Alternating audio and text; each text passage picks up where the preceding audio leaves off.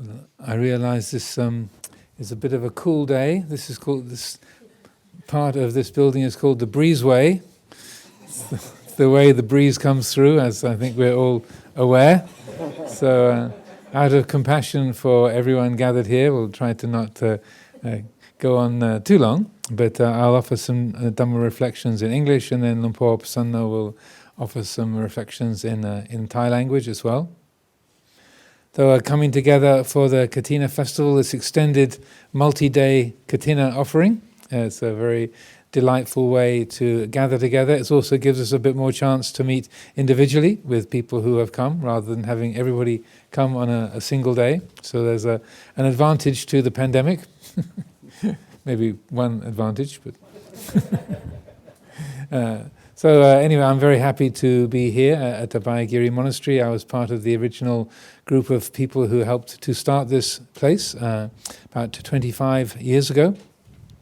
So it makes me feel very, very happy to be here, seeing what a great job Ajahn Amaro is doing, holding the wheel, after several other generations of us have done that before him. And just to meet many old friends who have gathered together for these occasions, also meeting many new people that have been coming in recent times who I have not met before.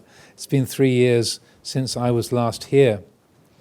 So the Kathina ceremony, and as Ajahn Amaro was reading out in that little description, the offering of the Kathina cloth is the most meritorious, the material offering that brings the most superlative, the highest kind of benefits, so the best good karma that can come from a material offering.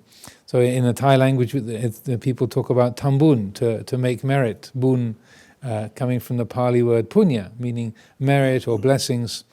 And so in particularly living in Thailand and being a part of this Thai forest monastic tradition, it can be very easily associated that tambun means to give things, and that's what the words mean. But our teachers, Lumpur Cha, Lumpur Sumeto, and our other elders would often point out that merit, punya, is not just passing an object from your hand to the hands of the monks or the nuns, but rather punya is the brightness of your heart. It's a spiritual strength, a spiritual power, spiritual wealth, the joyfulness, the brightness, the luminous, the radiant quality of your own citta. And when we give things, when we are unselfish, when we are generous, then that's one of those things that helps to let that brightness out. It lets that brightness come to the surface, so we feel qualities of happiness and joy and ease, comfort and freedom. When we begin the ceremonies today, we started with people reciting the Namo Tassa and taking refuge in the Triple Gem. The Buddha also spoke about taking refuge in Buddha, Dhamma and Sangha as a source of boon, of merit. There's one particular discourse I'm very fond of, which is called the Abhisanda Sutta, where the Buddha talks about 8 streams of merit, or 8 currents of punya, 8 rivers of this goodness and brightness of heart that we can access. And the first 3 are taking refuge in Buddha, Dhamma and Sangha. And so when we come to the monastery, or even in the monastery, we recite the chanting, we can say these words, Buddhang Saranang Gacchami, Dhammang Saranang Gacchami, Sanghang Saranang Gacchami. And they can be so familiar that our mouth can be making the noises while our mind is off somewhere else altogether. I'm not reading anybody's mind, just in case anyone is thinking, how does he know? It's statistics, not psychic power. It's just the way we are as human beings. Things become so familiar, so ordinary, it becomes automatic. So I feel to make a special occasion like this, to come for these Kathina days and to come to the monastery, to gather together for this special occasion, myself and Lumpur Prasanna together, this is a rare opportunity for us too. Yeah. And the other Sangha members, we don't often get together. So to take a special occasion to really consider, well, when I say those words, Buddhang Saranang Gacchami, Dhammang Saranang Gacchami, Sanghang Saranang Gacchami, what do they mean? Why would that be a source of brightness, a source of ease and happiness in our heart? So one of the great blessings that our teacher Luang Por Chah would say point out is that when we are paying respects to the Buddha, or we take refuge in the Buddha, it's not just expressing our devotion to Gautama Buddha, who lived 2,564 years ago, but as a great teacher, as the founder of this religious tradition, as a kind of incomparable guide and teacher and spiritual example. But he would say the real Buddha is alive today. The real Buddha hasn't gone anywhere. The Buddha, which is the refuge, is the wisdom of your own heart, that awareness, that awake quality that is here, available to us. Just like the buildings are a refuge for us in the rain and keeping out of the sun or the wind. A refuge is a safe place. And so when we take refuge in the Buddha, it's not just an act of say, respect and gratitude towards the Lord Buddha who lived all those years ago, but it's on an inner level, in our own heart, our own mind. It's choosing to be awake, choosing to be wise, choosing to be aware, rather than drifting off or, sleepwalking our way through life, living in a half-conscious or unmindful way. So that is a way of understanding, taking refuge. When we say the words Buddhaṃ Saranam Gacchāmi, there isn't, I would say, much merit in just pronouncing the words. The real merit comes in the change of heart, the establishing of that skillful attitude, that tasanakati, the attitude of be awake, wake up, be aware, because that's really going to help you. That's what is a refuge. That's a real spiritual resource, a strength, a power, something of great value here and now. To take refuge in Dhamma is not to just trust the words of the Buddha's teachings, or to revere the Tipitaka, or to think, or to realize, oh, these are very valuable ideas, these are very valuable teachings, and they are important and sacred. But also, again, as Luang Por Chah would point out very often, Dhamma is nature. Dhamma is nature. And when we take refuge in Dhamma, we are choosing to be realistic. We're choosing to live in accordance with nature. We're letting go of our self-centered habits, thinking of me and mine, putting me first. So rather than a self-centered way of thinking, it's a nature-centered way of thinking. So rather than the mind dwelling upon, I'm angry, or I'm excited, or I'm a success, or I'm a failure, all those I ams, and seeing things in a very personal way, then to see things in terms of nature. To take refuge in Dhamma is to recognize, I have a body, I have a mind. Anger arises from time to time. Anger is natural, it's not beautiful, it's not helpful, but here it is. It's like today's a cold, windy day. It's like there's a cold breeze in the air. Some of us are shivering already. I've got socks on and 3 or 4 layers underneath. I prepared today. So the change of view is to see things in a nature-centered way. Saying this is the feeling of anger can arise. It's natural. If it's followed, it'll be painful for this being and other beings. So it's not skillful or helpful to follow it, but it's natural. The feelings of excitement, being excited, that is, say, maybe something that's pleasant or energizing, but we don't have to follow it. We can recognize, being excited is part of nature. It's not like something we have to take as the who and what we are. Being sad, like I'm sad, or I feel sorry.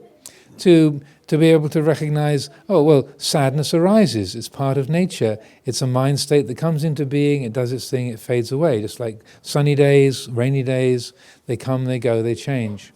So when we are able to shift the view from a self-centered perspective to a nature-centered perspective, or Dhamma-centered perspective, seeing things in terms of Dhamma, then life becomes much more peaceful and easy. Like the Buddha's reflection, encourages everyone, lay people and monastics, to think, I am of the nature to age, I am of the nature to sicken, I am of the nature to die. All that is mine, beloved and pleasing, will become otherwise, will become separated from me.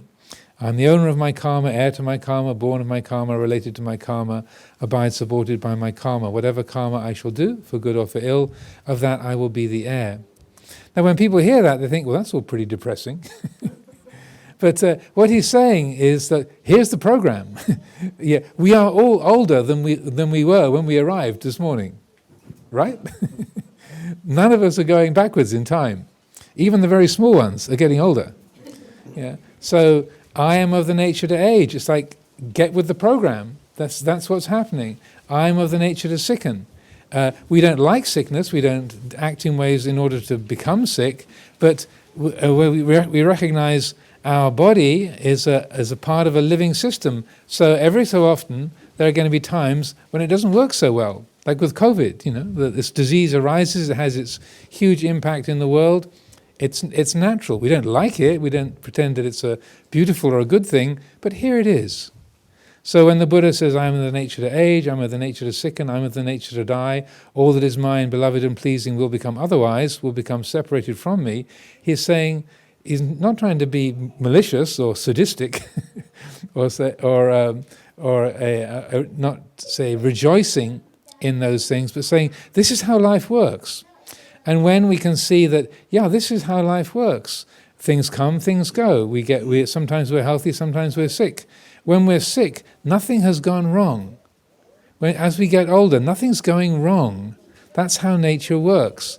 And when that view can be changed to seeing things in terms of nature, there's a relaxation. There's we're not happy to see more wrinkles in the mirror, more grey hairs or less hairs, as the hair falls out. But here it is, it's this way. And the suffering or the distress, the real discomfort in life is that it shouldn't be this way, or this isn't fair, or why me? That's the dukkha, that's the stressor in our life. When we're able to see, well, of course, time goes by, the hair goes grey and falls out, that's the way it works. And the heart has a way of accommodating that, attuning to that, and there's a peacefulness and ease. There's nothing wrong in that. So we still take steps to control illnesses and look after our body and make ourselves as presentable as we can to each other, as tidy and as well groomed as we can.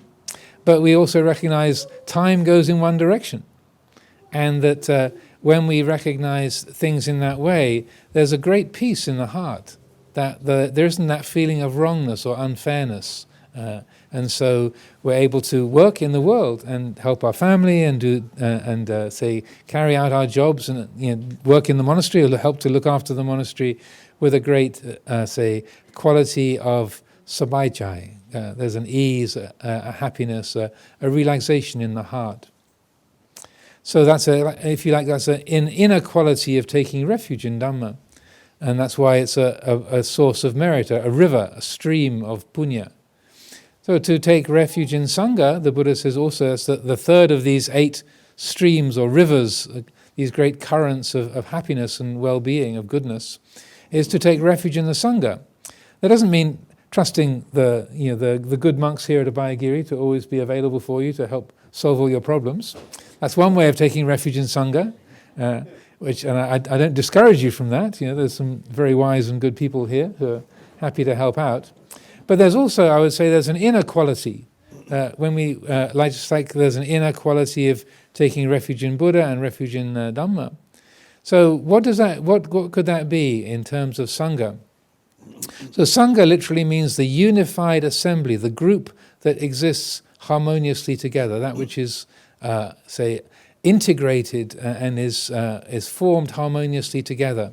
So what is that quality in our heart that enables this being to join together, to integrate harmoniously with other beings and with the world?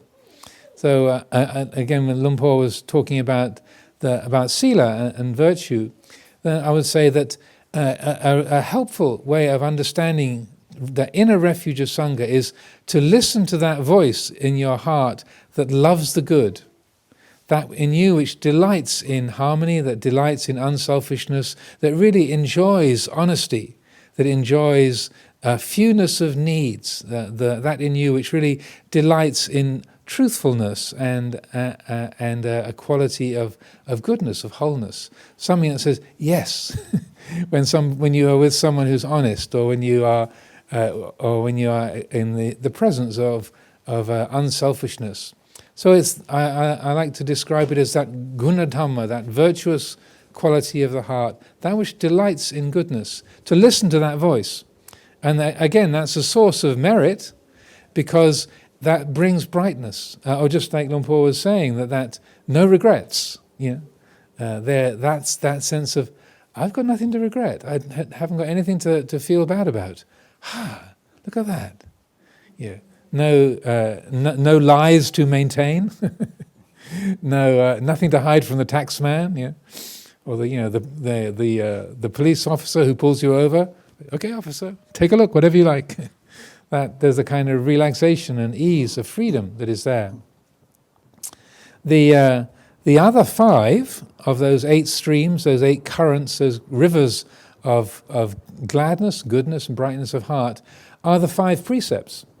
And it's interesting when we talk about the precepts and we look at the words. We just did the Pali today rather than doing the English as well, or the Thai. So the first precept is, I undertake the precept to refrain from taking the life of any living creature. Second one is, I undertake the precept to refrain from taking that which is not given, to refrain from stealing. The third one is I undertake the precept to refrain from sexual misconduct. The fourth one is, I undertake the precept to refrain from lying. And the fifth one is, I undertake the precept to refrain from consuming intoxicating drink and drugs which lead to carelessness. So when we read or hear the words of the precepts, it's like, don't do this, no, stop, no. There's a lot of no, a lot of don't. And so we can feel like the precepts are they're things that fence us in, they tie us down, they're limitations. But in this particular sutta, I really like this sutta because the Buddha talks about the 5 precepts as the 5 great gifts, the Mahadana. There are these 5 great gifts. And so we don't think of the precepts as a gift to the world.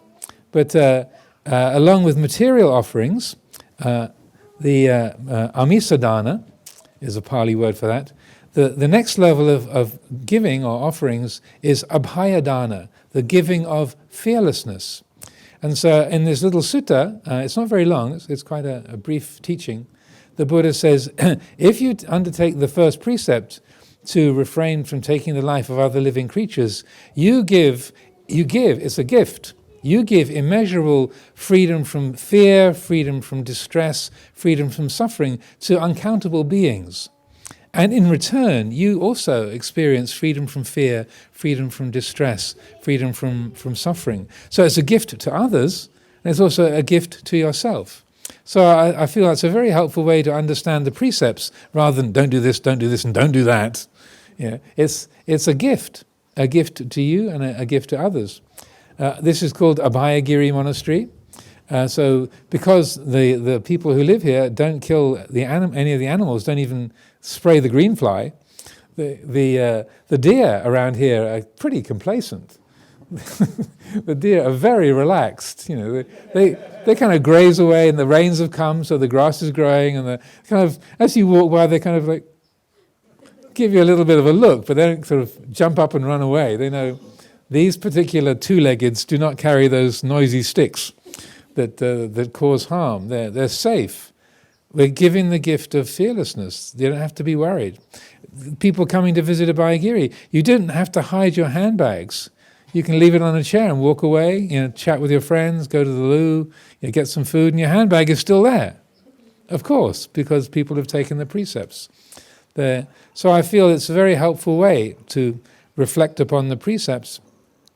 It's meritorious, not just because it's sort of like scoring points, but because of that ease in your heart, and also because it's an act of generosity to others. It's a kindness, it's a blessing to others, that they don't have to be worried when you walk in the room.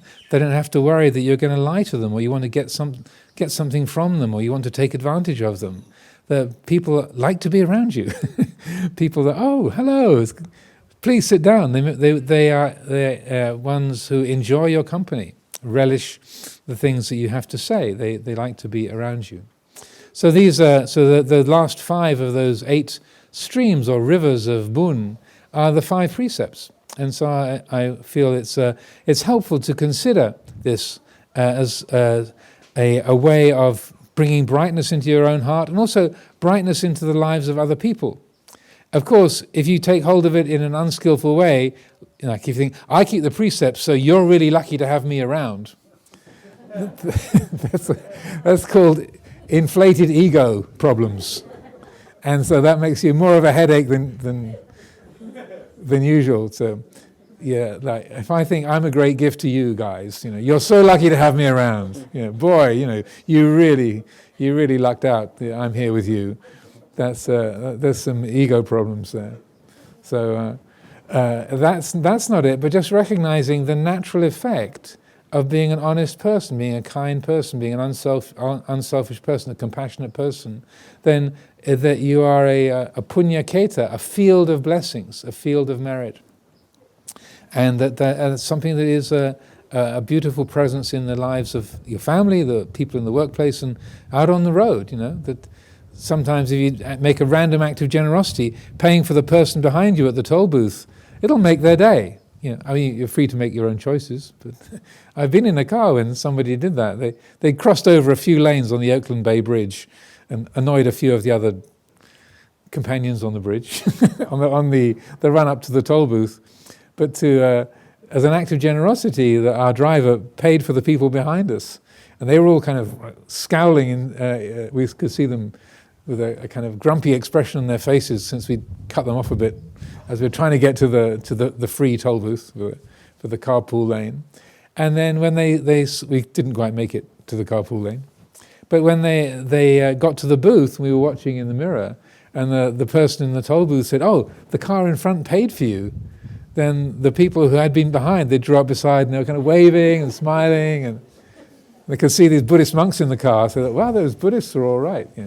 We thought they were really insensitive trying to cut across us to get to the carpool lane, but actually they're all right. They paid for our toll. So little acts of random generosity and kindness can and unselfishness can be a very natural and easy way that we send forth. We share our boon with the world. So I offer these thoughts for consideration today.